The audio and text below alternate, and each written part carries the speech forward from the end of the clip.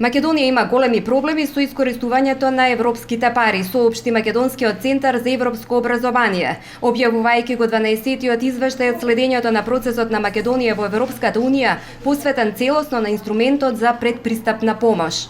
Извештајот го опфаќа периодот од воспоставување на ИПА па се до 31 декември 2011 година и анализира состојбата со трошење на европските средства. Наодите покажуваат дека огромни неповратни средства ќе бидат изгубени доколку владата не превземе итни чекори во насока на зголемување на капацитетите на македонското општество. Во периодот 2007-2013 година на Македонија се ставени на располагање 620 милиони евра неповратни средства. Која е состојбата денеска, јуни 2012 година? Македонија има искористено 90 милиони евра од овие средства. Значи, од сите 5 компоненти, практично сме искористила многу малку. Загрижува и фактот што најмногу од првата компонента е инвестирано во полицијата, администрацијата, судството и децентрализацијата, а сепак не се постигнати значајни резултати, велат оттаму, но и се чудат зошто Македонија се задолжува со кредити наместо да ги искористи европските неповратни парични средства. Убедливо рекордер е секторот полиција.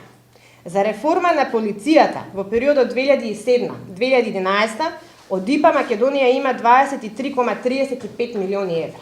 Нејасно е како е можно со толкави средства инвестирани во овој сектор на Македонија да и се случува полициска бруталност.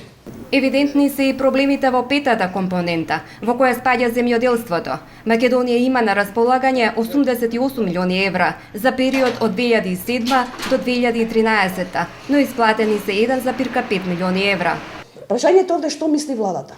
Како овие земјоделци ќе ги абсорбираат парите, кој за нив ќе се грижи, како ќе им се покачат капацитетите и кои се банките, како локалната самоуправа, бидејќи анализата на ситуацијата ќе видите во извештајот пишува дека голем дел од проблемите на кои што наидувале земјоделците биле административни. По анализа на состојбите на секој од компонентите во извештајот следуваат препораки.